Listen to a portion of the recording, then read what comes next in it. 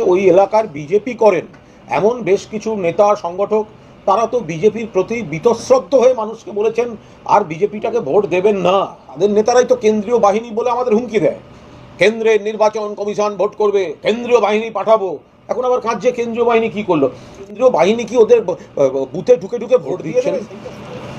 এবং সেই জায়গায় দাঁড়িয়ে লোকজন নেই, জনসমর্থন নেই।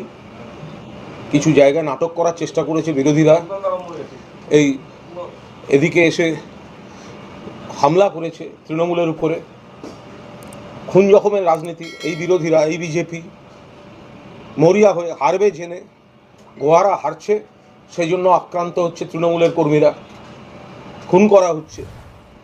এগুলো বিজেপির কীর্তি। তৃণমূল কংগ্রেস উন্নয়নের উপর ভরসা রেখে, আস্থা রেখে, মানুষকে বিশ্বাস রেখে ভোট করছে। বিজেপির লোক নেই, জোর নেই, অধিকাংশ জায়গায় তাদের ভোটার তো দূরের কথা, তাদের বুথে তাদের লোকজন দিতে পারে না, কোনো সংগঠন নেই। বিরোধীরা ভিত্তিহীন অভিযোগ, নাটক, নাচতে না জানলে উঠোন বাঁকা।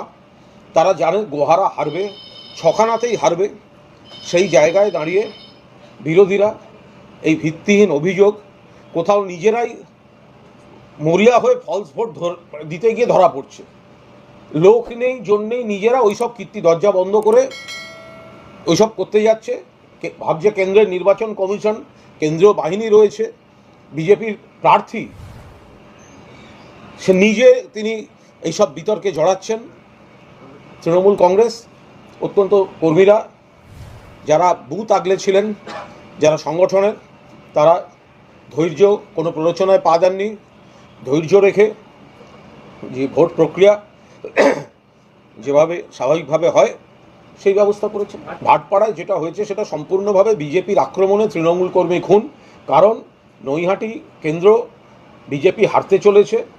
এই যে হারতে চলেছে, এই মরিয়া হয়ে ওদের ভরসা হচ্ছে কেবল ওই বোমা, গুলি, হিংসা, রক্তপাত, সেই কাজগুলো করেছে। এই উত্তেজনা তো ওখানে কে করে, তারা কারা, এই প্রত্যেকটি নাম বহু চর্চিত। গোটা এলাকার মানুষ জানেন, বাংলার মানুষ জানেন ওখানে কে করে, এসব জানে। হারতে চলেছে, সেই কারণে তৃণমূল কর্মী তার প্রাণ নিয়ে নিল এরা। বিজেপি মাদারিহাটে বিজেপিকে যারা সাময়িকভাবে বিভ্রান্তির শিকার হয়ে বিজেপিকে ভোট দিয়েছিলেন, তারা বাস্তবটা বুঝতে পারছেন যে উন্নয়নের সময় মমতা ব্যানার্জির সরকার পাশে, আর বিজেপি ভুল বুঝিয়ে চলে যায়, তারা নেই। তো সেই এইসব করতে গিয়ে বিজেপি জনবিচ্ছিন্ন হয়ে গেছে। ওই এলাকার বিজেপি করেন এমন বেশ কিছু নেতা সংগঠক তারা তো বিজেপির প্রতি বীতশ্রদ্ধ হয়ে মানুষকে বলেছেন আর বিজেপিটাকে ভোট দেবেন না। তো ফলে বিজেপি সেইখানে একটা দেউলিয়া অবস্থা হয়েছে। তাদের নেতারাই তো কেন্দ্রীয় বাহিনী বলে আমাদের হুমকি দেয়, কেন্দ্রের নির্বাচন কমিশন ভোট করবে, কেন্দ্রীয় বাহিনী পাঠাবো।